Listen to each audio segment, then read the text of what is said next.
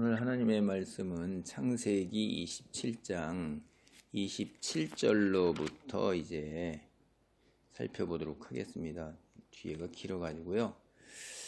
이제 그 이삭과 그다음에 그 자녀된 이제 야곱과 에서의 얘기가 나오는데, 이 사람의 그 성품이 이 이야기 속에 그대로 다 드러나잖아요. 그리고 성경의 이야기는 이게 진솔하게 그대로 다 나오기 때문에 더러운 이야기, 추한 이야기, 참 부끄러운 이야기, 그 온갖 이야기가 그대로 기록돼서 그냥 다 나오는데, 그 하나님이 왜 그렇게 좋고 아름다운 이야기를 뽑지 아니하시고 진솔하게 그대로 다 해놨을까?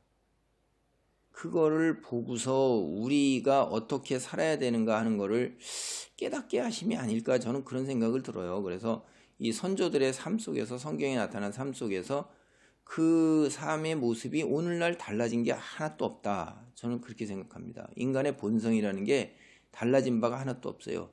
겉으로 뭐 문명이 좀 발달돼 가지고 뭐 엄청나게 뭐가 달라진 것 같은데, 인간의 그 악한 본성, 뭐가 달라졌어요? 가정 안에서도 달라진 게 없고요, 사회 안에서도 국가 안에서도 달라진 게 하나도 없다, 이 말이에요. 예나 지금이나 다 똑같으니까 그리스도인은 그런 자리에 있지 않아야겠구나, 이런 생각이 드는데, 이 아브라함, 이삭으로 내려오는 혼자밖에 없는데 가정에 벌써 이게 문제가 심각한 거예요. 제가 보기에는 이 가정에 아버지는 에서를 편애하고 어머니는 야곱을 편애하고 찢어져 있잖아요, 가정이. 거기다가 어머니는 야, 저주는 내게 돌리고 내 말 따르라 그래갖고선 속이는데 앞장을 쓰잖아요. 그리고 아버지는 눈이 멀고 이렇게 고기를 먹어도 분별을 못하는 거죠. 그러니까 이게 무슨 얘기냐면요, 보세요. 이제 여기 보면 30절 보면, 이삭이 야곱에게 축복하기를 마침에 야곱이 그의 아버지 이삭 앞에서 나가자 곧 그의 형 에서가 사냥하여 돌아온지라. 그가 별미를 만들어 아버지로 가지고 가서 이르되, 아버지여 일어나서 아들이 사냥한 고기를 잡수시고 마음껏 내게 축복하소서. 그의 아버지 이삭이 그에게 이르되, 너는 누구냐? 그가 대답하되, 나는 아버지의 아들 곧 아버지의 맏아들 에서로이다. 이삭이 심히 크게 떨며 이르되, 그러면 사냥한 고기를 내게 가져온 자가 누구냐? 이거 보세요. 내가 오기 전에 내가 다 먹고 그를 위하여 축복하였으니 그가 반드시 복을 받을 것이냐. 사냥한 고기를, 아니 자기 부인이 양 잡아가지고 만든 거, 그거 분별을 못하는 거예요. 그 여러 차례 분별을 했는데도 계속해서 이게 실패했고, 참 야곱이 내가 참 아들, 내 아들 에서냐 그러하니이다, 이렇게 또 그러는 거예요.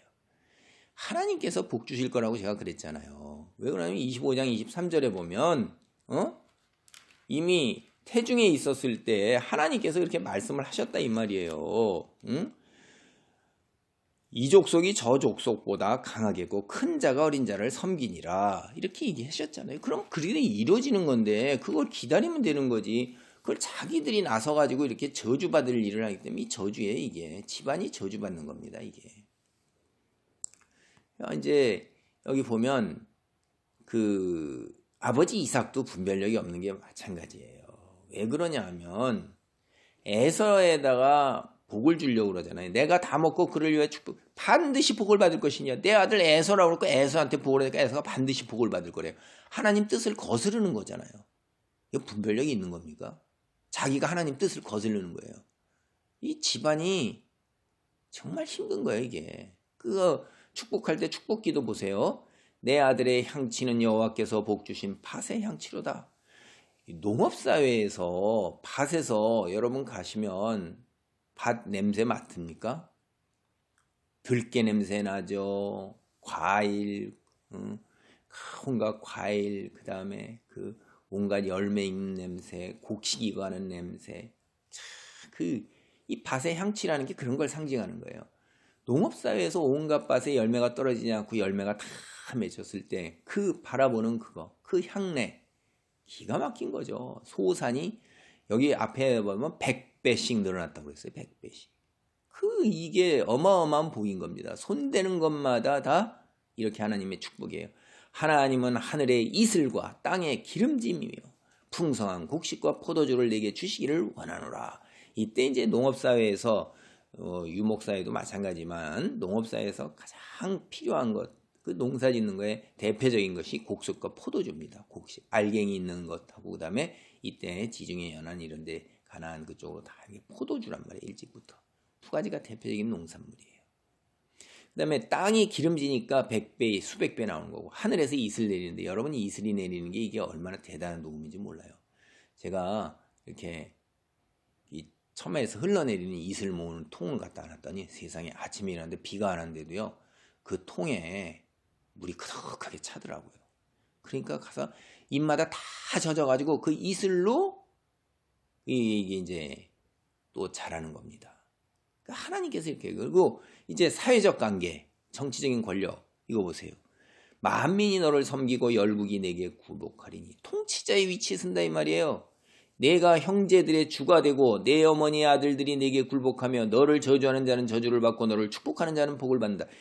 이게 저주와 축복 사람들이 이 향해서 말만 해도 이렇게 되니까 함부로 떠들지 못하는 거예요. 뒤에 하나님이 보호하신다는 거죠. 그리고 통치자의 권세를 가지고 모든 이들의 위에 올라서는 거예요. 이 이상의 복이 뭐가 있겠어요? 통치자의 자리에 올라서지 손을 대는 것마다 모든 산업이 다 흥황하고 열매를 맺지. 기가 막힌 거죠. 엄청난 복을 받은 거예요. 그러니까 이제 에서가 와서 그렇게 하는데도 이미 복을 다 줬는데 어떡하냔 말이에요. 그러니까 에서는 참 기가 막힌 거예요. 그러니까 이 나이가 말이야 엄청 많을 텐데 이때 되면 에서가 그의 아버지의 말을 듣고 소리내어 울며 이르되 다 큰 사람이 엄청 나이 많은 사람이 아버지에게 이르되 내 아버지여 내게 축복하소서 내게 이르 우는 거예요. 대성통곡 이제 나는 망했구나라는 거란 거예요. 인생이. 이삭이 이르되 내 아우가 와서 속여 내 복을 빼앗았다. 속였다 이 말이에요. 그러니까 에서가 뭐라고 그래요? 그의 이름이 야곱입니다. 속이는 자입니다. 이름이 이름대로 행동하지 않습니까? 합당하지 않으니까. 그가 나를 속임이 이것이 두 번째니다. 이제 와서 깨닫는 거예요. 두 번이나 속았다. 전에 나의 장자의 명분을 빼앗고 이제는 내 복을 빼앗았나이다. 장자의 명분도 빼앗긴 거예요. 야곱이 나쁘지만 자기도 자기의 것을 갖다가 등한시 여기고 하나님 말씀을 우습게 여긴 거예요. 이 사람 성품이 이게 있는 거예요. 이게 성품이 이래서 이런 일들이 벌어지는 겁니다. 이게 뭐 어느 순간에 갑자기 딱 하다 툭 하니 튀어나오는 게 아니라 이 성품이 평소에 삶이 이러니까 하나님 말씀을 우습게 여기고 자기중심적으로 활달하게 들로 산으로 하면서 자기 하고 싶은 대로 하면서 다 사는 거예요. 그러니까 말씀 개념치 않아요. 그러니까 끝까지 들어왔고 장제. 야 그래 너 가자. 그 죽한근 내놔. 이런 거죠. 뭘. 그러니까 거기에다가 똑같은 거예요. 이 야곱도 성품이 그런 거예요. 이 성품을 다스리기 위해서 악한 본성이 작동하지 않아도 우리는 늘 경계하고 기도해야 돼요. 이 성품이 어느 순간에 가서 작동할 때 그 계기가 되고 사건이 일어나서 이제 저주스러운 일들이 일어나고 집안이 풍비박산이 나고 다 이 죄의 대가를 끔찍하게 치러야 되는 거예요. 이 집안 이거 다 풍비박산 난 겁니다. 이거 이미 벌써 관계도 안 좋은데 안에서 아니 아버지하고 엄마하고 이렇게 서로 끼고 다는 게 다르니까 이게 좋겠어요. 이게 기가 막힌 거죠. 그리고 내가 너한테 할 수 있게 뭐냐 그러니까 38절에 보면 에서가 아버지에게 이르되 내 아버지여 빌복이 하나뿐이니까 이게 전부인데 뭘 이렇게 우둔한 거예요. 내 아버지여 내게도 축복하소서 내게도 축복 소리를 높여오니 대성동곡하면서 계속해서 오니까 그 아버지가 이삭에게 대답했는데 내 주소는 땅에 기름짐에서 멀고 너는 땅이 기름진 거하고 상관없단 말이야. 땅이 척박하든 기름지든 너하고는 상관이 없는 거예요. 너는 그리고 그럴 일이 없다는 거예요. 농사 지을 일이 없다는 거예요. 하늘 이슬에서 멀다는 거예요. 농사 짓는 거하고 넌 상관없어. 비 내리고 이렇게 식물 자라는 거하고. 너는 칼을 믿고 생활해갖고. 참 비참한 거죠. 칼을 쓰는 자는 칼로 망하리라 예수님이 그러셨어요. 칼이 뭐예요? 다른 사람을 해하기 위해서 있는 거지. 이게 무슨 조리사입니까? 요리사입니까? 그런 얘기가 아니잖아요. 이게 힘을 믿고 강압으로 그렇게 사는 칼로 쓰는 자는 칼로 망하는 겁니다. 내 아우를 섬길 것이며 내가 매임을 벗을 때는 그 멍에를 내 목에서 떨쳐버리리라. 매임을 벗을 때가 에돔 족속이 이스라엘 밑에서 몇 번 벗어난 적이 있어요. 그렇지만 결국 그렇게 하다 에돔 족속은 멸망해서 없어졌습니다. 칼로 쓰는 자는 칼로 망하는 거예요. 자, 기가 막힌 일이 이렇게 벌어지는 겁니다. 다시 말씀을 정리합니다. 이삭도 이게 굉장히 믿음이 있는 게 아니고 하나님께서 이렇게 말씀하신 거, 그 다음에 리브가도 마찬가지예요. 하나님께서 어린 자를 갖다가 크게 하겠다고 말씀하셨으면 믿고 기다려야 되는 건데 자기가 그냥 이렇게 해서 이 저주스러운 일들이 벌어지잖아요. 이 가정에서 참 기가 막힌 아주 저주스러운 일들이 벌어지는 거예요. 그러니까 우리는 하나님께서 하신 말씀을 믿고 기다리는, 인내하고 참고 기다리는 그런 믿음을 가져야 되고 늘 하루하루 매일 일어나는 이 속에서 자신의 성품을 잘 다스리도록 기도하고 애를 써야 될 것입니다. 하나님 감사합니다. 주께서 말씀하시면 믿고 기다리고 아버지 순종하는 것이 필요함을 다시 한번 여기서 깨닫습니다. 참고 기다리는 것이 힘들지만은 전지전능하신 주의 역사를 아버지 기다리는 것이 우리의 본분이요 우리의 사명인 것을 다시 한번 깨닫습니다. 또한 우리의 못된 성품, 악한 성품 잘 다스리도록 늘 경계하며 주의하는 것이 필요함을 깨닫습니다. 그러한 삶의 자리에 있도록 도우소서. 예수님의 이름으로 기도하옵나이다.